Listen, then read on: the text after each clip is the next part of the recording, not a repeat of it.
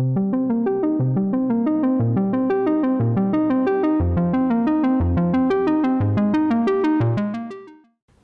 guys, and welcome to a new video.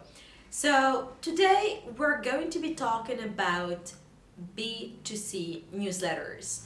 And if you have watched the previous video about B2B newsletters, I think a lot of things are going to be similar because we're always talking to human beings and customers, but this is a bit harder because in a B2B, at least you know that your customers are interested. They can use this product if they're already subscribed to your newsletter, or they're probably using it either from you or from a competitor. But here, first, it is a huge market, and to grab someone who's not going to use it for their own business, it's going to be hard, but we can do it.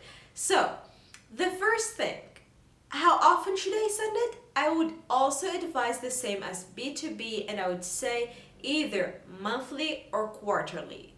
And if you'd say why not more, it's because we don't want to suffocate our customers. We want to keep it chill. We want to just remind them once a month that we exist. Not more than that. They're just going to opt out of your newsletter. The subject line and the opening line should be as interesting as you can, because this is like the most important part. This is the thing that's going to make them either click or delete.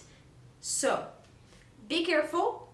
When you're talking with a B2C, you can go very chill, you can go very funny, interesting. Usually, if in the subject line only describes what's in the email, I wouldn't open it. If it was like, update about that product, I mean, why would I?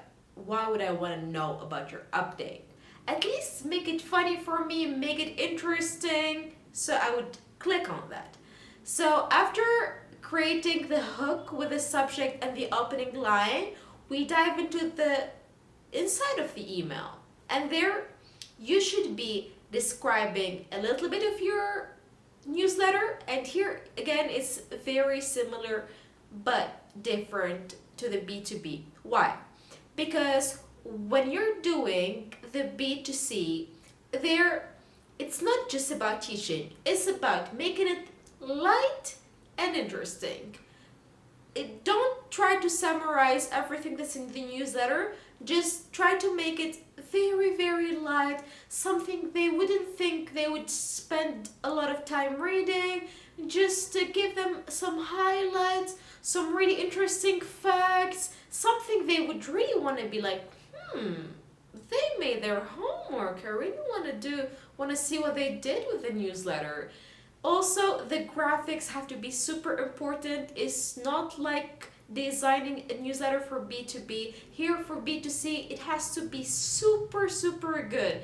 The designing, it has to be made in a certain way that the components of the email are visible but nicely put, and in a way that I would really want to spend a bit more time here. It looks really nice. So keep that in mind.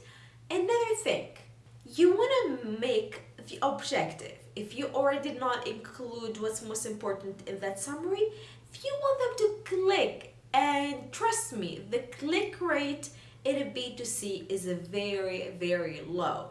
So you want to really make them click on that. So think about the most interesting fact you have in the whole newsletter. Think about like all the things you made, and think about yourself as a customer. Which one thing you really want to know? And do not tell it. Just make a little bit of a teaser about it and make them read in the newsletter. You can also add a GIF or a meme that's highly encouraged, that is such an engagement booster. Everyone loves a funny joke. Even if it's lame, just try to be funny. Trying is half the job. We move into the last part, which is the content of the newsletter. After they click on that button, they're gonna see your newsletter, right? So there, it is up to you, but the rule that I always say, please do not be boring. Make them wanna finish that newsletter. So what I would say is, start with a little bit of personalization. It's like, whichever audience you targeted with that newsletter, Try to tell them something they're interested about, something from the editor that makes them feel they're closer to them. So that relationship has to be maintained, solidified with that newsletters and that opening. So once you go with that opening, just go on. Be light, teach something new, and really teach them about your products. Maybe they're really interested. I mean, every time I open an Apple newsletter, I would be really like, okay, what did they do new this time? Did they do something new? So, if they're already interested in your product, you really want to teach them, show them the all cool specs that you have. Just go wild, but do not bore them. Being wild at the same time, making it very well designed.